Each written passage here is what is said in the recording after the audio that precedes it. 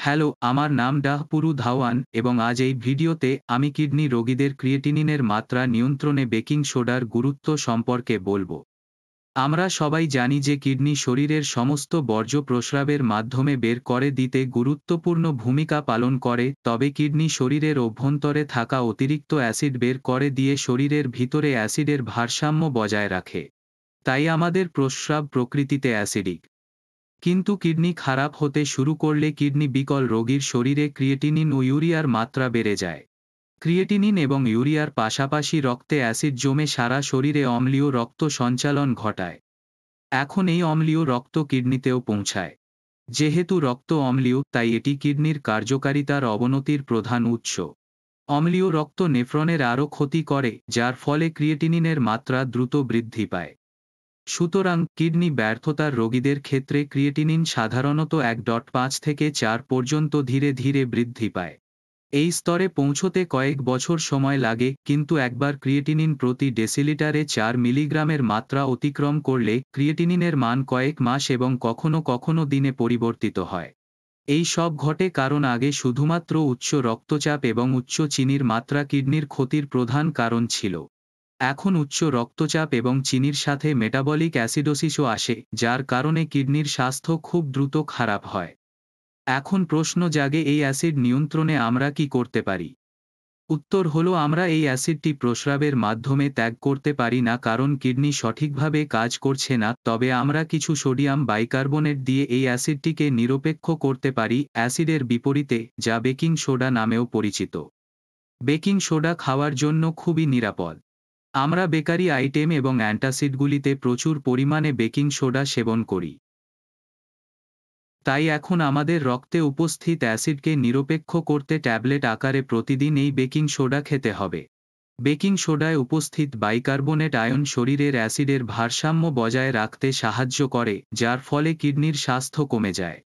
সাধারণত কিডনি ফেইলিউরের সকল রোগীকে প্রতিদিন সোডিয়াম বাইকার্বনেট খাওয়ার পরামর্শ দেওয়া হয়, কিন্তু আমরা যে বেকিং সোডা বা সোডিয়াম বাইকার্বনেট নিচ্ছি তা পর্যাপ্ত কিনা, যখনই আপনি আপনার রক্তের কিডনির কার্যকারিতা পরীক্ষা করবেন তখন পরীক্ষা করতে হবে।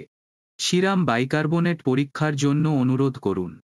রক্তে পর্যাপ্ত পরিমাণে বাইকার্বনেট থাকলে সোডিয়াম বাইকার্বনেটের ডোজ বাড়ানোর দরকার নেই, তবে বাইকার্বনেটের মাত্রা কম বলে জানা গেলে ডাক্তারের পরামর্শ অনুযায়ী ডোজ বাড়ান।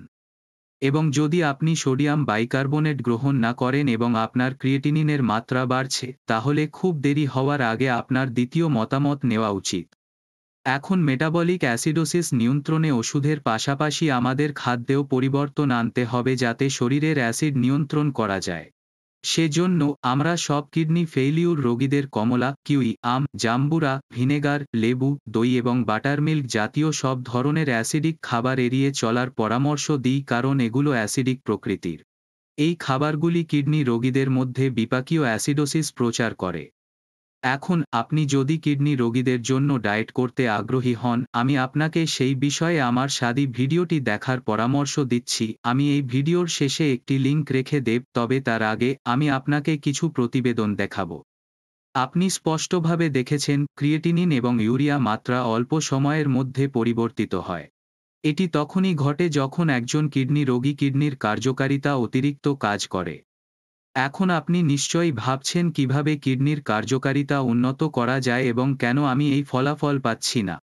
সেজন্য আমি আপনাকে আপনার প্রেসক্রিপশন চেক করার পরামর্শ দিচ্ছি। আপনার প্রেসক্রিপশন নিন এবং প্রতিটি ওষুধের উদ্দেশ্য লিখুন। আপনি যদি এর কার্যকারিতা সম্পর্কে না জানেন তবে এটি গুগল করুন। আমি নিশ্চিত যে মূল্যায়ন শেষ করার পর আপনি জানতে পারবেন যে আপনি উচ্চ রক্তচাপ, চিনি, iron supplement, phosphorus binder, cholesterol এবং ভিটামিন ডি এর জন্য ওষুধ খাচ্ছেন। কিন্তু কোনো একক ওষুধ কিডনির কার্যকারিতা উন্নত করে না কারণ ক্রিয়েটিনিনের মাত্রা শুধুমাত্র জিএফআর এর উন্নতির মাধ্যমে কমানো যায়। তাই সব ধরনের ওষুধ খাওয়ার পরও ক্রিয়েটিনিনের মাত্রা বাড়তে থাকে কারণ অ্যালোপ্যাথিতে জিএফআর উন্নত করার মতো কোনো ওষুধ পাওয়া যায় না। কিন্তু ডায়েট এবং কিডনি ফাংশন পুনরুদ্ধার চিকিৎসার সাহায্যে, যা একটি ভেষজ চিকিৎসা, কম সময়ে আরও ভালো ফলাফল অর্জন করা যেতে পারে। কিডনি ফেইলিউরের অবস্থা ভালোভাবে বুঝতে এই চ্যানেলে আমার অন্যান্য ভিডিও দেখতে পারেন। আমি আশা করি আমার এই ভিডিওটির মাধ্যমে আপনি এখন বেকিং সোডা এবং সোডিয়াম বাইকার্বনেটের গুরুত্ব বুঝতে পেরেছেন এবং কিভাবে আমরা কিডনি রোগীদের জিএফআর উন্নত করতে পারি। এর সাথে আমাকে বিদায় বলার অনুমতি দিন। আমাদের পরবর্তী ভিডিওতে দেখা হবে।